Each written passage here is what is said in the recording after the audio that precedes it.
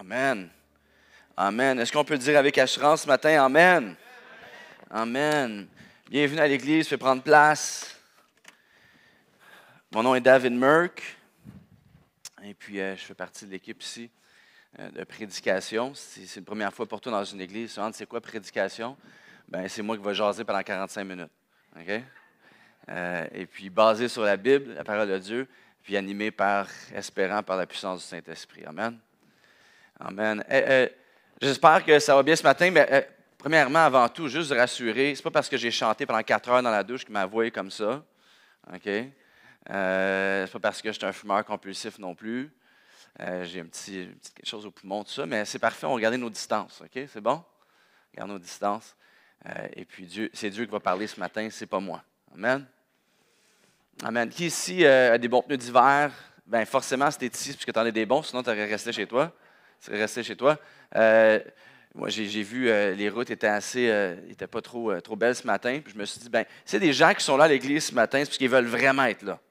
Amen. Hein? Tu veux vraiment être là ici ce matin? Est-ce que tu es présent d'esprit? Tu es là? Oui? Super. Moi aussi. Et puis, j'ai préparé un message, je pense, qui s'apprête je ne veux pas dire l'ère dans laquelle on vit, je pense plutôt la saison dans laquelle la société est internationalement en ce moment. Et puis aussi, je pense que ça s'apprête bien avec ce qu'on vit au sein de l'Église en ce moment. Mais j'ai un message qui, je crois, pour moi, en tout cas pour ma part, est là pour non seulement nous encourager, mais nous apporter une révélation fraîche pour nos vies. C'est bien de venir à l'Église, mais quand je viens ici, je ne viens pas juste pour sortir d'ici avec une belle pensée positive, je viens parce que je veux que Dieu me transforme. Je viens parce que je veux être affranchi par la vérité et avoir cette confiance que Dieu peut agir dans ma vie, au travers de ma vie. Amen. C'est dans cette place-ci ce matin. On va tourner ensemble dans les Écritures de Romains au chapitre 12, verset 2. On l'a ici à l'écran, tu peux suivre avec moi. Ça dit, ne prenez pas comme modèle le monde actuel, mais soyez transformés par le renouvellement de votre intelligence. Puis là, c'est là que tu dis, ouais, mon mari il n'a pas trop d'intelligence. Fait on va commencer avec un petit peu d'intelligence ce matin.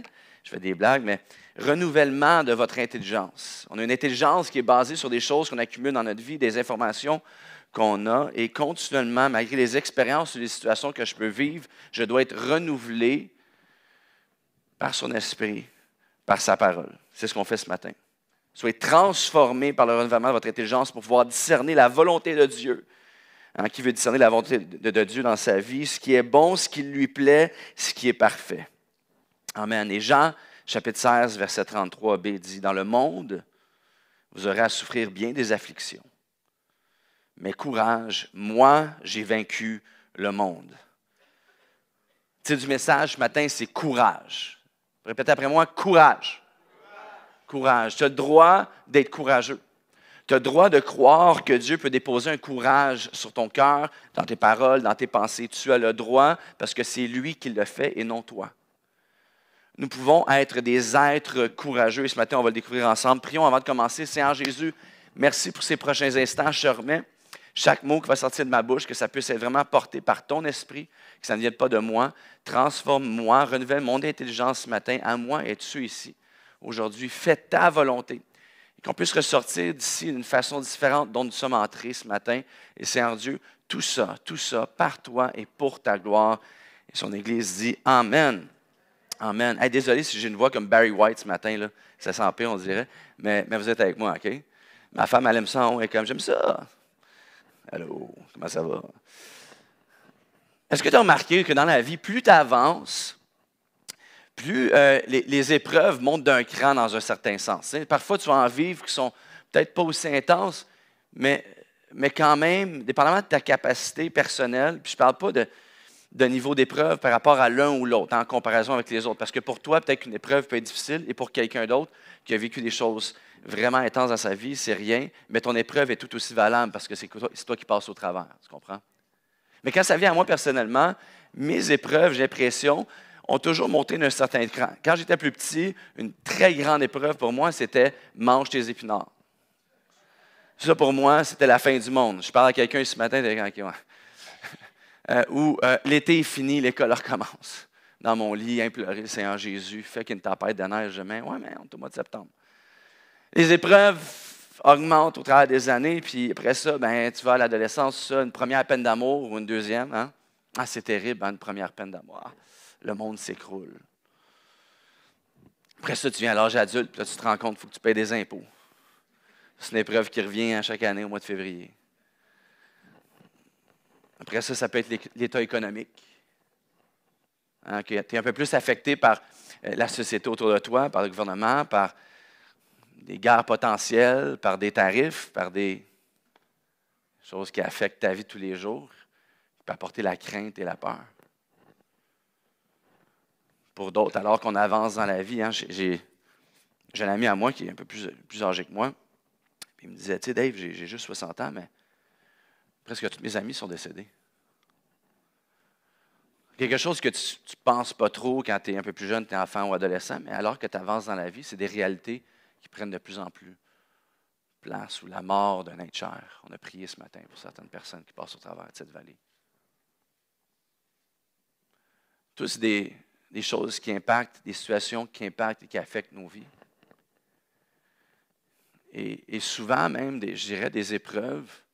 Ça peut être la maladie, ça peut être des situations familiales, économiques, financières. Des épreuves que trop souvent on s'approprie et qui deviennent notre identité. Que je suis reconnu par mon épreuve. Que si j'ai le cancer, je suis reconnu comme étant David, le gars qui a le cancer. Si j'ai vécu un divorce, je suis reconnu comme David qui a connu le divorce. David l'a divorcé. Et souvent, c'est une perception que les gens mettent sur nous, pas par méchanceté, je pense que c'est plus par automatisme, mais que dans nos pensées peut commencer à prendre place un peu trop dans notre identité.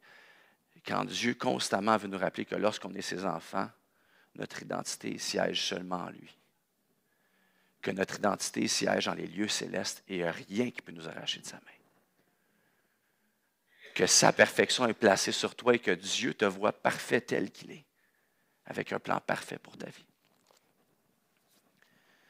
Si tu as vécu quelques années sur Terre et que tu regardes un peu les nouvelles, hein, forcément c'est partout, même si tu ne regardes pas, tu vas au travail, les gens t'en parlent.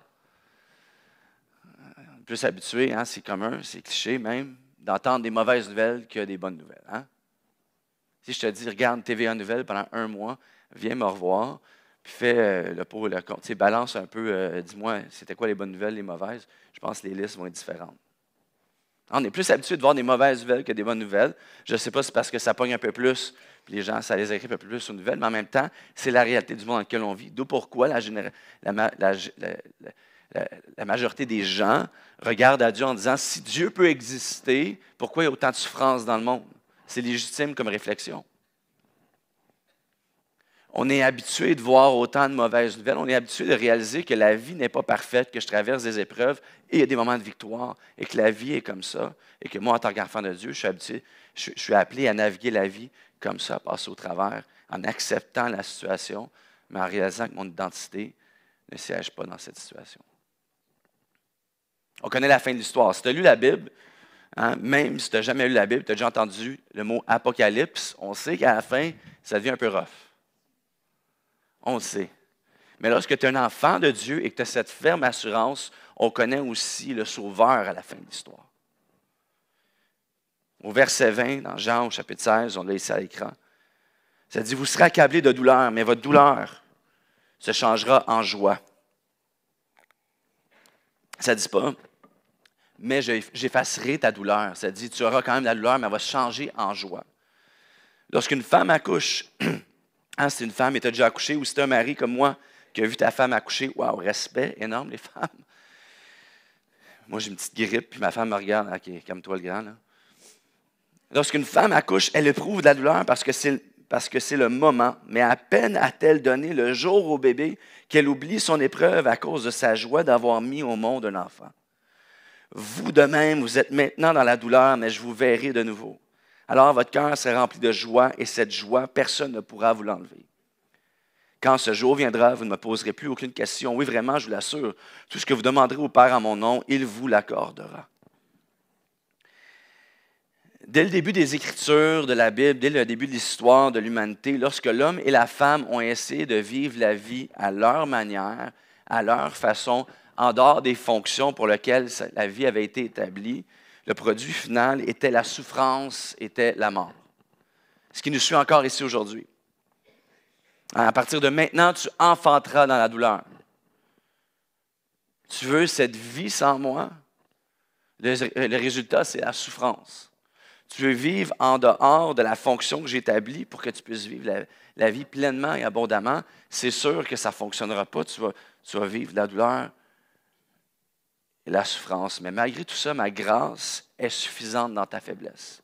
Et au travers de ta souffrance, au travers de ta douleur, je donnerai la vie.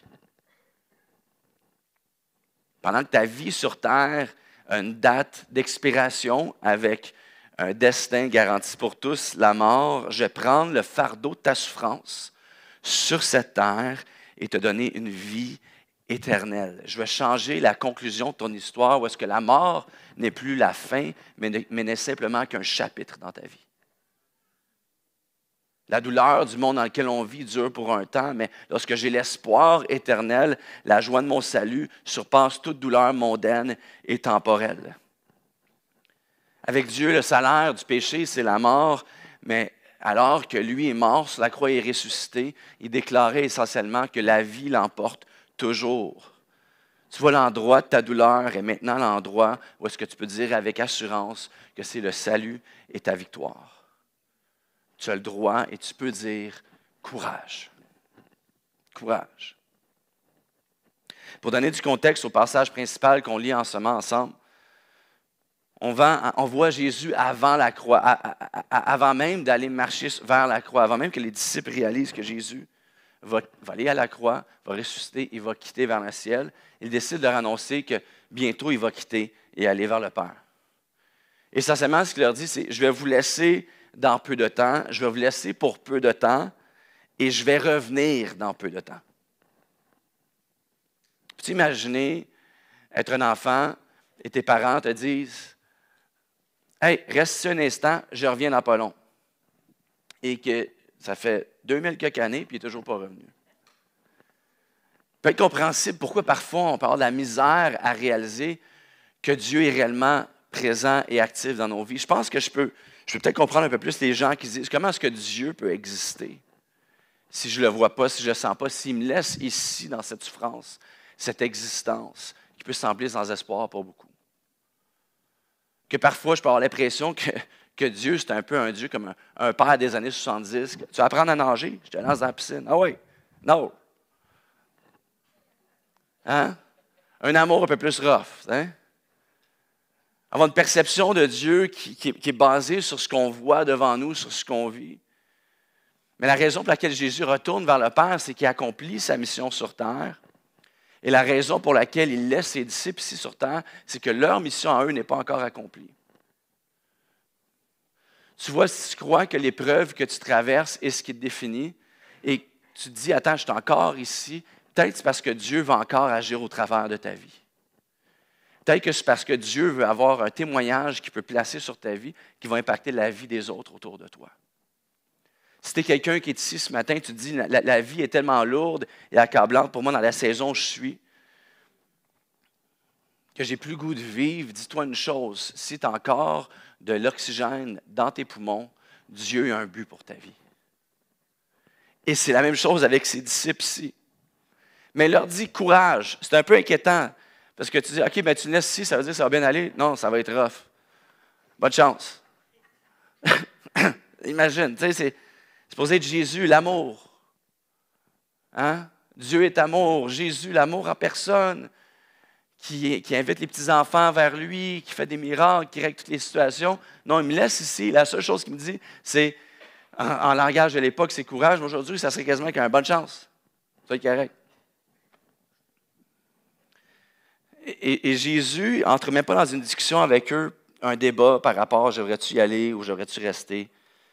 Est-ce qu'ils sont prêts pour ça? Non, Jésus, il savait déjà ce que les gars pensaient, les disciples.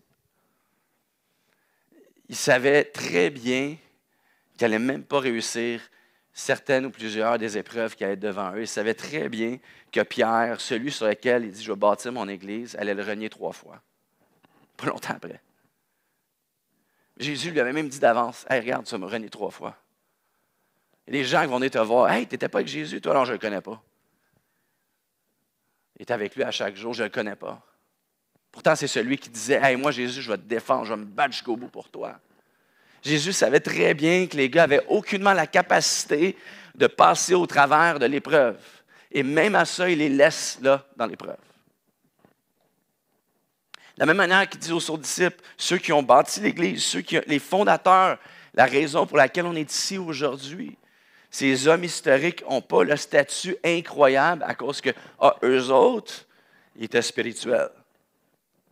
Hey, eux autres avaient une grande foi, eux autres avaient un courage incroyable de par leur propre force, eux autres avaient de grandes vertus, eux autres étaient qualifiés. Non, la raison pour laquelle ces hommes ont été utilisés par Dieu, c'est à cause de ce que Jésus a fait pour eux. Tu vois, au travers de ça, Jésus est en train de démontrer sa fidélité malgré l'infidélité des disciples face à l'affliction qu'elle allait être incapable de supporter. Ça enlève un peu de pression pour moi et pour toi. Tu vois, parfois, pour moi, je peux avoir l'impression que je ne mérite pas d'avoir la grâce et la proximité et l'action de Dieu dans ma vie parce que je n'ai pas été assez proche de lui au courant de ma semaine. Moi, je n'ai pas lu ma Bible assez cette semaine. Moi, je n'ai pas assez prié cette semaine. Moi, j'ai trop agi dans ma chair cette semaine. Quand en fait, Jésus, il crie sur les toits constamment en train de dire, ça n'a aucun rapport avec toi, ça a tout rapport avec moi. C'est libérateur. Il n'y a rien que tu peux faire qui va surpasser ce que Jésus a fait pour toi. Et si tu es un enfant de Dieu, il n'y a rien que tu peux faire qui va t'arracher de sa main. Ni personne, ni toi-même. Au moment où est-ce que lui, Jésus, s'enligne vers la plus grande souffrance, vers la croix, avant même que sa souffrance soit arrivée, il déclare courage. Celui qui allait se faire fouetter, celui qui allait se faire cracher dessus, rejeter, pendu sur une croix, non seulement pour aller mourir, mais souffrir d'une façon incroyable. Jésus a l'assurance et la confiance qui peut dire courage. Et la raison qu'il peut faire ça, c'est parce qu'il s'est pleinement engagé envers toi personnellement, jusqu'à la croix. Tu vois, c'est la raison qu'ici, dimanche matin, quand on vient et on chante des chants, peu importe ce qu'on traverse, on est capable de taper des mains et de sourire et de chanter. Parce qu'on sait qu'on a une assurance, un espoir inébranlable. On sait que peu importe ce que je traverse, quand je reviens ici, je me rappelle de la grandeur de Dieu, de ses bontés, et qu'il ne m'a jamais laissé et qu'il ne me laissera jamais. Tu vois, le monde aspire de la meilleure façon possible, souvent on peut penser même que c'est incroyable, c'est bien, que l'humanité peut quand même offrir quelque chose de bon, mais en fait, c'est plus une aspiration que nous avons envers la justice. L'humanité a plutôt une aspiration envers la paix, envers l'amour. Mais si tu veux vraiment recevoir la paix, la justice et l'amour, Jésus est le seul qui donne la paix, la justice et l'amour. Premier point ce matin, ma victoire. Ma victoire, sa victoire et ma victoire. C'est une révélation que je prie que tu puisses avoir dans ta vie, même si pour toi, tu es un chrétien depuis longtemps, depuis plusieurs années. C'est des principes qu'on oublie trop facilement, surtout lorsqu'on traverse des vallées. Le premier passage qu'on a lu dit, vous aurez à souffrir bien les afflictions. Vous aurez à souffrir bien les afflictions, mais ça ne dit pas, ce sera ta fin. Tu vois, nos pensées vont essayer de nous dire que la mort est notre fin parce qu'elle est inconnue après. Mais le courage, lui, va dire, il a vaincu la mort. Le courage va dire, la finalité de ce monde n'a aucune emprise sur toi parce que j'ai vaincu le monde. Tu vois, ici, quand Jésus dit « j'ai vaincu le monde », il n'est pas en train de dire qu'il s'oppose au monde. Ce qu'il est en train de dire, c'est qu'il a plutôt vaincu le dominateur de ce monde, il l'a reconquis pour nous. Il a reconquis la conclusion pour nous. La plus grande arme du monde, la mort, a été vaincue par la résurrection de Christ. Oui, l'opposition, oui, l'affliction, oui, les difficultés, oui, la souffrance de la bataille est là, mais la guerre a déjà été remportée. Courage, la victoire est assurée. Tu vois, cette citation-là, si on veut on veut la mettre en mode pratique pour nos vies de tous les jours, c'est de réaliser que lorsque Jésus dit ça, il affirme que par lui, moi aussi, j'ai vaincu, que moi aussi, je vais vaincre. Toute chose dans ta vie qui semble avoir une emprise sur toi peut être vécue parce que celui qui vit en toi est plus grand que celui qui est dans ce monde. On passe à travers des choses dans la vie qui parfois affectent notre posture initiale de naïveté ou d'innocence de l'enfance. Que tu peux peut-être avoir été un enfant joyeux toute ton enfance, même dans ton adolescence, mais tu passes à travers certaines épreuves dans ta vie et qu'aujourd'hui, peut-être la joie est plus difficile à avoir. Peut-être que c'est la paix. Peut-être que c'est le bonheur. Est-ce que c'est réaliste de vivre une vie remplie de bonheur? Pour d'autres, tu as perdu la famille, les amis, l'amour, l'espoir. Tu as même perdu l'espoir d'un futur agréable. Mais lorsque tu réalises que lorsqu'il dit « j'ai vaincu », que moi aussi, je peux dire « j'ai vaincu et je vais vaincre ». Toute chose que tu as perdue peut être reconquise. Toute joie que tu as perdue peut être retrouvée. Tout espoir que tu as perdu peut être retrouvé. Toute paix, malgré l'épreuve et les circonstances, peut être retrouvée d'une façon qui est incompréhensible au monde dans lequel on vit. Je ne sais pas si c'est déjà arrivé à toi ou si tu as déjà vu des gens, tu te dis « Attends, je ne comprends pas comment cette personne-là, malgré tout ce qu'elle a traversé, peut quand même avoir un sourire sur le visage. » Ça ne fait aucun sens. J'ai vaincu le monde. Courage. Jean au chapitre 10, verset 27, ça dit « Vous connaissez mes brebis, écoutent ma voix. Je les connais et elles me suivent. Je leur donne la vie éternelle. Jamais ils ne périront et personne ne pourra les arracher de ma main. » Amen. Amen. J'ai ici une corde jaune, idéalement, du Dolorama. Idéalement, j'aurais voulu avoir une corde d'escalade, de rappel.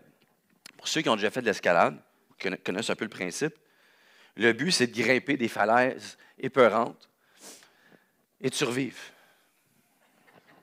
Maintenant, il y a des plus fous qui font ce qu'on appelle du free solo. Okay? Ils grimpent sans être attachés. Il y en a même un Français, j'oublie son nom, il grimpe des gratte-ciels. L'homme araignée qu'on appelle. Il l'a même fait avec des bottes de cow-boy, hein? Pas attaché. En général, par contre, les gens s'attachent.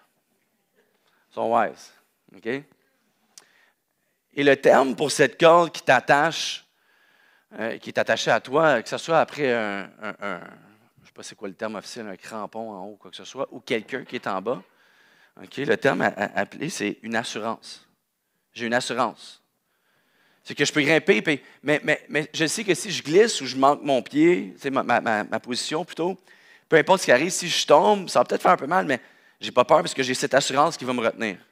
Maintenant, ce matin, j'ai mon cobaye, André. OK? Ça tombe mal, c'est juste que tu es assis là, tu sais. Tu peux te lever debout. OK? J'ai cette assurance. André, c'est un enfant de Dieu.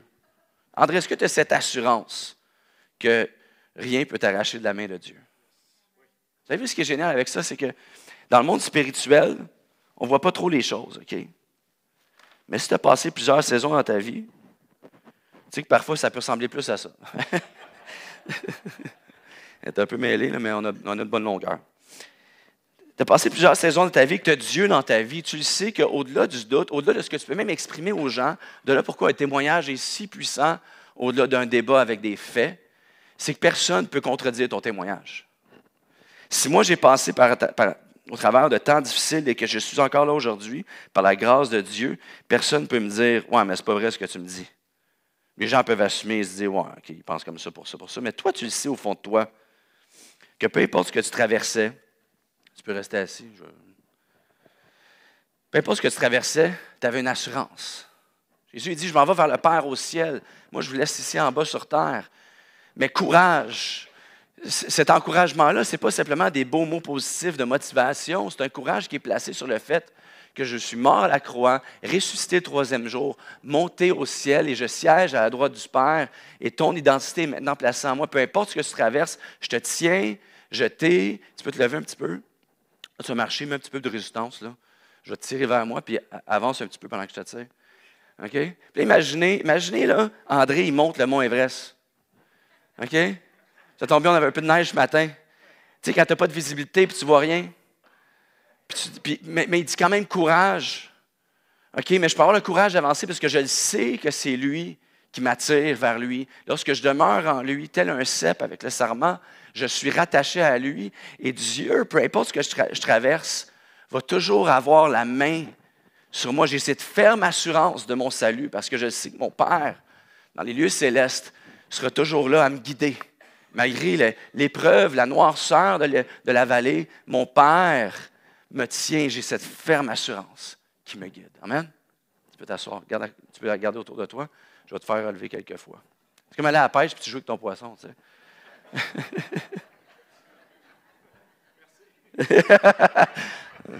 sais. Ouais, un achigan au moins, un peu de fête. Un brochet. Deuxième point, ma réaction. Ma réaction.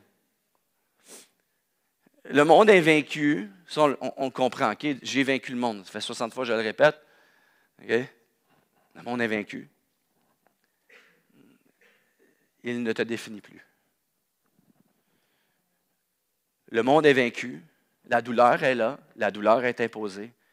Mais ma réaction, elle, ne m'est pas imposée. Tu vois, ma réaction n'est plus soumise aux effets du monde dans lequel je vis.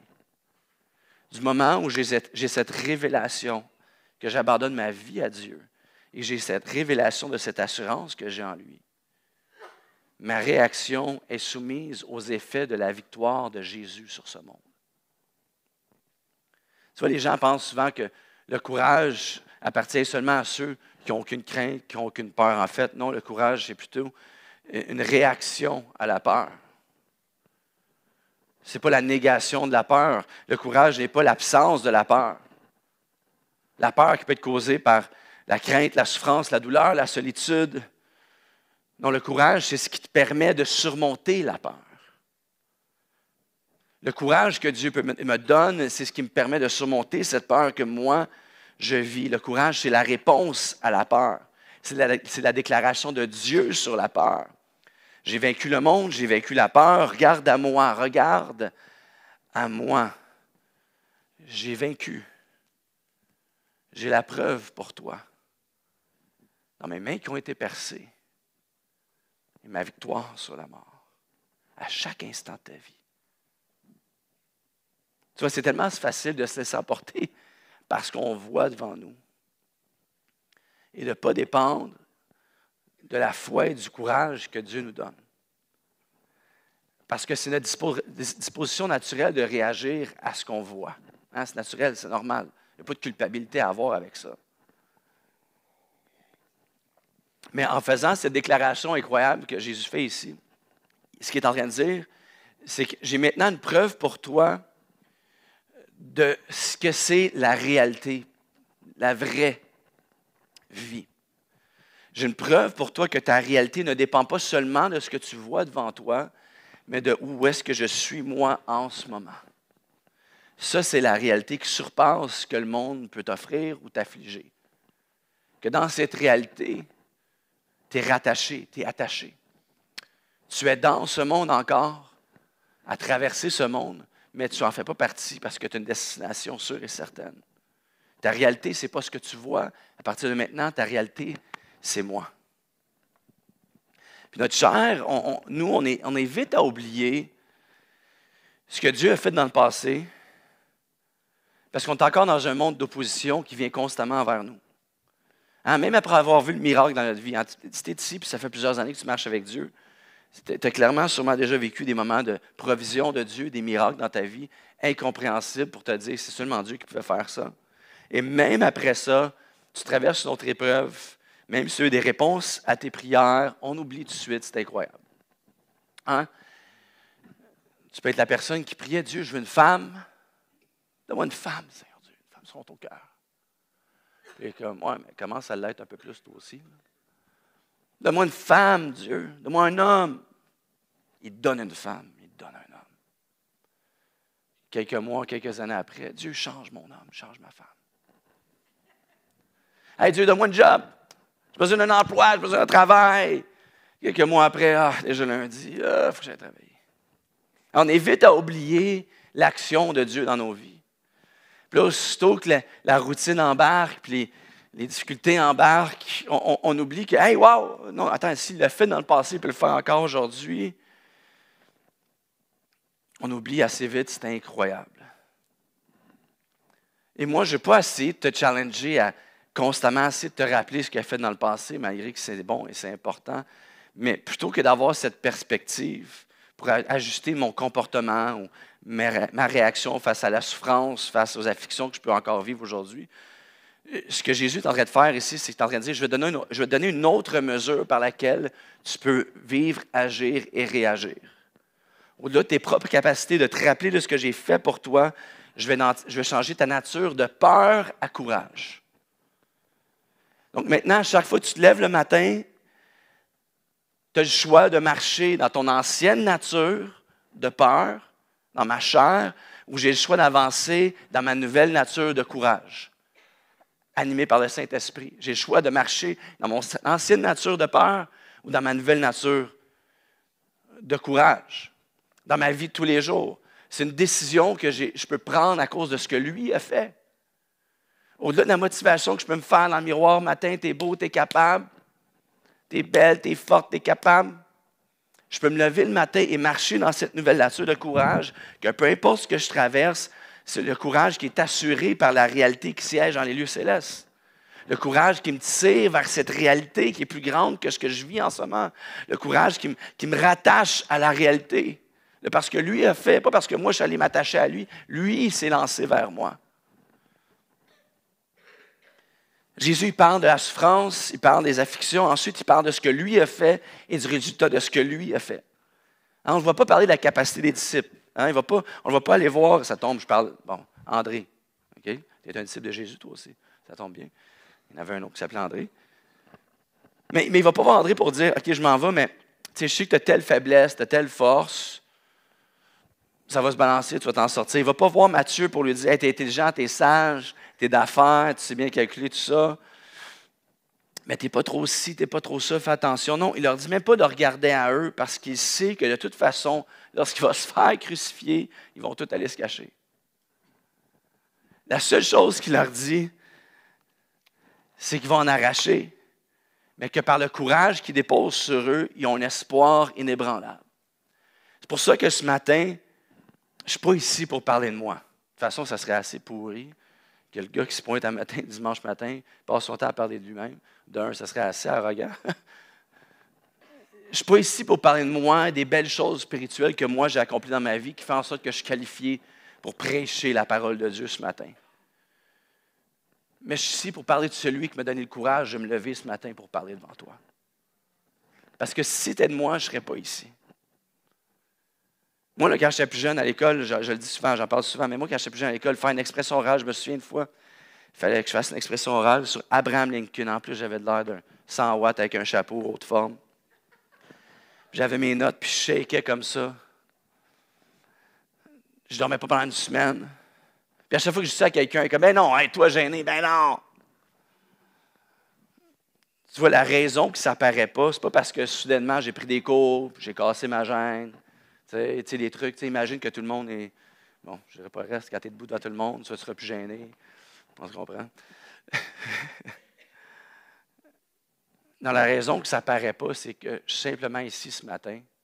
Ça s'applique à ma vie de tous les jours, pour enlever le regard de sur moi et pointer vers Jésus. Tu veux savoir c'est quoi ta job en tant que chrétien? Pointe vers Jésus. Oui, mais je ne suis pas à la hauteur. Pointe vers Jésus. Oui, mais ceux qui me connaissent dans ma famille, ils connaissent toutes mes imperfections. Tu me vois-tu te parler de Jésus? J'ai l'air de quoi? Pointe vers Jésus. Regarde pas à moi. Non, je le sais, je comprends. C'est justement pour ça que j'ai Jésus dans ma vie. Pointe vers Jésus.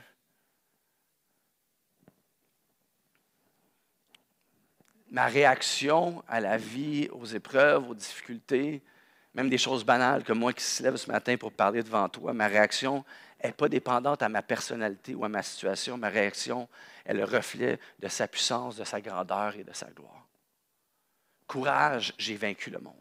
Psaume 112, Verset 6 dit, « Car il ne vacillera jamais, le souvenir du juste dure toujours, il ne craint pas de mauvaises nouvelles, son cœur est ferme, sa confiance est dans le Seigneur. » On vit dans un monde où est-ce que c'est un peu dur à vraiment vivre ça à chaque instant parce qu'on s'entend, c'est assez difficile de recevoir des mauvaises nouvelles. Hein? Surtout quand tu te lèves le matin et tu ne t'en attends pas. On a tous la crainte de mauvaises nouvelles. Spécialement quand quelqu'un, ça t'est déjà arrivé, c'est sûr, quelqu'un vient vers toi et dit « Hey, j'ai une mauvaise nouvelle pour toi. Ah, calique. OK. Le pire, c'est « Hey, il faut qu'on se parle. » En texto, ça c'est encore pire. Tu n'as pas l'émotion derrière ou hey, j'ai des choses à te dire. C'est pas agréable, hein? C'est pas le fun. Il n'y a personne qui aime ça. Puis quand on reçoit une phrase comme ça ou une annonce comme ça, ce qui se passe en nous, c'est soudainement on a peur. Parce qu'au moment où est-ce qu'on se fait dire ça, on a le sentiment d'être seul. Et avec raison, parce que c'est une déclaration qui t'annonce que je m'en viens domper quelque chose sur toi. En d'autres mots, je ne suis pas là pour t'écouter. Je ne suis pas là pour toi, mais je suis là pour te rentrer dedans et me débarrasser de quelque chose. Je ne suis pas là pour discuter, je ne suis pas là pour écouter. Je suis là pour déclarer un fait accompli, une sentence. Arrange-toi avec ça. C'est sûrement déjà fait. C'est pas mal. C'est pas fait d'une mauvaise façon de venir voir quelqu'un prononcer une mauvaise nouvelle ou dire il faut qu'on se parle. Mais Jésus, tu vois, lui, il est venu faire le contraire. Et en faisant le contraire, lui, il dresse l'exemple, le nouveau standard pour lequel ses enfants sont appelés à vivre et à parler. Cependant qu'une mauvaise nouvelle pour eux, c'est il s'en va vers le Père, il va s'en aller, il le laisse ici. Son discours est différent. Courage, inquiète-toi pas, j'ai vaincu le monde. On est ensemble là-dedans. Je m'en vais en haut, mais parce que j'ai vaincu le monde, ça va bien aller. Chapitre 16, verset 33, dans le monde, vous aurez à souffrir bien des afflictions. Mais courage, moi j'ai vaincu le monde. Oui, il y a une mauvaise nouvelle, mais tu ne vas pas la porter seule, cette mauvaise nouvelle-là. Je vais la porter avec toi. Puis en fait, avant même qu'elle se présente à toi, avant même que tu sois conscient de cette mauvaise nouvelle, je la porte déjà d'avance avec toi, je la porte déjà pour toi, parce que ça ne changera pas, ça ne bouge jamais. Même si les situations changent. Et en tant qu'enfant de Dieu, en tant que quelqu'un qui a reçu cette promesse, la moindre des choses que je peux faire, c'est la même chose envers les autres. Dans la parole, ça dit dans la Bible, ça dit « Tous reconnaîtront que vous êtes mes enfants, mes disciples, si vous avez de l'amour les uns envers les autres. » La seule façon que ce monde dans lequel on vit va reconnaître qui nous sommes, c'est si vous êtes comme moi. Non, mais c'est difficile. Comment est-ce que je peux arriver à ce standard-là? La seule façon que ce monde, parfois un peu trop égoïste, est vaincu et a été vaincu étant vivant pour les autres, comme que lui est venu vivre pour les autres et est mort pour les autres. Tu veux mettre ça dans ta vie pratique de tous les jours? Facile, note ça. Constamment, que ce soit au travail, dans une situation relationnelle, fait partie de la solution et non du problème. Soit quelqu'un qui se dit, moi je suis ici, j'ai une espérance, un espoir. Au-delà de ce que le monde peut offrir, peut-être pas comme les gens autour de moi, donc je vais faire partie de la solution et non du problème. Ça peut sembler banal, ça peut sembler comme une chose facile à faire, mais trop souvent, même moi j'ai eu des tendances à faire ça, quand tu te promènes dans l'Église, trop souvent tu entends plus des gens dire, moi j'ai le ministère de l'édification. Hein? C'est un peu plus facile d'avoir le ministère de l'édification que d'encourager les gens. Le ministère d'édification, c'est « Hey, si j'ai ma grosse Bible, je vais te parler, je vais te dire comment vivre, moi. » Hey, frère. Quand la phrase elle commence par frère, souvent. Hey, frère, viens ici. Je te vois aller, là. Regarde. Je ne suis pas en train de dire que moi, je suis rendu là, puis toi, tu es là. Ça peut paraître fou, mais trop souvent qu'autrement. Moi, j'ai déjà été comme ça parfois. Je le suis encore parfois, il faut que je me rappelle. Puis la raison pour laquelle on peut être comme ça, puis parfois l'Église a une mauvaise image, comme si on est là pour taper sur la tête des gens avec une Bible, c'est que au lieu de se fier au fait que je suis là pour pointer à Jésus et non à moi, La raison pourquoi on fait ça trop souvent, c'est que nous-mêmes, on n'a pas le courage d'avancer et on dénigre ceux qu'on voit avancer dans d'autres domaines de leur vie. Tu veux du courage, plutôt que de faire ça, vis pour les autres. Parce que tu vois, l'égoïsme va me rappeler constamment ma souffrance. C'est correct de faire la reconnaissance de ma souffrance. Mais si ma vie est simplement basée sur regarder à moi et non à sa victoire à lui, je vais oublier que le courage, lui, va me permettre de regarder aux autres pendant que sa victoire couvre mes arrières pour refléter Jésus dans la vie des autres autour de moi. Quand j'étais plus jeune, à l'église où j'ai grandi, il y avait une dame qui s'appelait Ness Wilson. Une vieille dame, dans ma tête, elle a tout le temps été vieille. Là. Puis pourtant, les premières fois que je me souviens d'elle, j'étais très, très jeune. Là. Elle était là avant même que je sois né dans l'église. Mais les premières fois que je l'ai vue, j'avais peut-être, je sais pas, dans ma mémoire, 4 ans, 5 ans, elle avait les cheveux blancs. Puis quand elle est décédée, 40 ans plus tard, elle avait encore les cheveux blancs. Fait.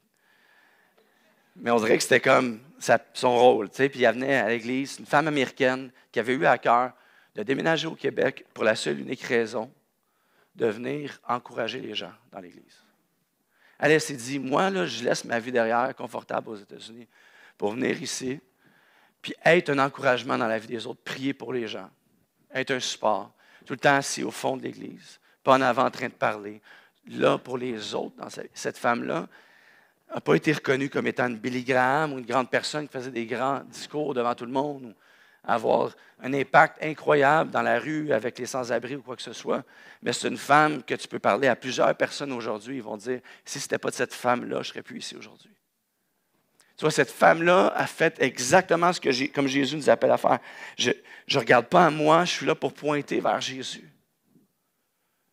Ce qui me lève dans l'épreuve, ce qui me soutient dans l'épreuve, est là aussi pour avoir un effet dans la vie des autres. C'est incroyable. Dieu est tellement puissant que sa provision, ce n'est pas juste pour moi, mais ça se déverse et ça se découle sur les autres. J'ai invité les musiciens à avancer tranquillement, à commencer à jouer. Maintenant, comme les disciples qu'on voit dans la Bible, comme ces grands hommes, et on voit aussi des femmes de Dieu qui étaient des catalystes au plus grand mouvement de l'histoire humaine. Toi aussi, dans ton cercle social, tu peux être un agent de transformation comme nul autre peut offrir autour de toi, peu importe les saisons que tu traverses. Oui, mais regarde-moi. Lorsque je m'expose à Dieu, il me rappelle, « Hey, c'est dans ta faiblesse, même si ce n'est pas capable d'avancer. Je sais, tu vas te lever, fais semblant que je te tire pour de vrai. » Mais même si tu n'es pas capable d'avancer, c'est dans ta faiblesse que moi, je suis fort et que tu arrives à avancer. Parce que moi, je veux te dire courage. Courage, comme j'ai dit, c'est contagieux. C'est attirant. Ce n'est pas pour rien que, à travers l'histoire, l'humanité est attirée envers les grands hommes et les grandes femmes de ce monde. Pourquoi? Parce qu'ils ont du courage. C'est attirant. Maintenant, pour tous ceux qui sont autour de toi, malgré la souffrance que tu peux traverser, même en ce moment, malgré tes afflictions, malgré la réalité du monde qu'on voit, ma grâce est suffisante. Sois courageux. Et non seulement ça, tu vas voir, c'est contagieux. Courage. Courage. Même si, pour une saison de ta vie, tu n'es pas aussi proche de moi, puis tu te perds, va te promener un petit peu. Je n'envoie pas te promener. Là. Hey, le pasteur m'a envoyé promener un matin. Tu peux marcher un peu. Mais même si je suis un peu plus loin de Dieu, je marche, j'avance. Tranquillement, les gens que je vais traverser autour de moi, c'est contagieux. Jacques, soudainement, il traverse une épreuve, mais il voit son frère, André, qui traverse une épreuve. Son courage est contagieux. Donc, André, il vient de perdre son père dernièrement, puis il est encore là à l'église avec un sourire. Même s'il a les larmes aux yeux, puis ça t'affecte. Le courage d'un est contagieux envers l'autre. Gordon, pareil. Gordon, tu es quelqu'un de courageux. Ton courage est contagieux. Tu vois, et ce qui est incroyable, c'est que ce n'est pas par toi, c'est par moi, le Père, pas moi, David Murray. Moi, le Père, ici dans les lieux célestes, rien ne peut t'arracher de ma main. Je vais agir dans ta vie par le biais, je vais agir dans la vie des autres. Tu peux revenir, André. Tu pleures en ce moment? Courage. Tu souffres? Courage. Parce que j'ai vaincu le monde. Avant même de ressusciter, avant même de mourir à la croix, Jésus est capable de dire courage. On va se lever ensemble, fermer les yeux, pencher la tête en terminant.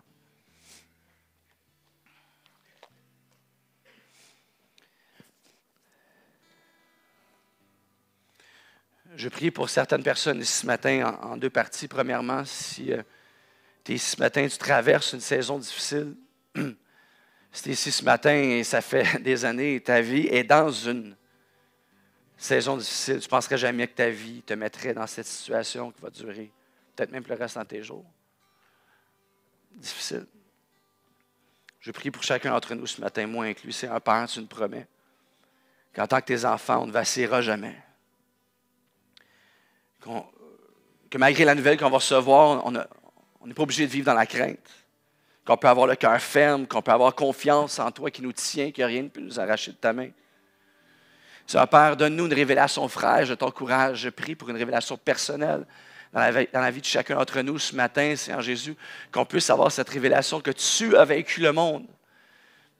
Malgré moi, Seigneur Père. Malgré moi, Seigneur Dieu, tu déposes ce courage sur moi, tu déposes ce courage sur chacun d'entre nous, alors que le monde dans lequel on vit en ce moment traverse des craintes de guerre, d'états économiques désastreux, Seigneur Jésus, malgré que certains vivent des situations plus personnelles.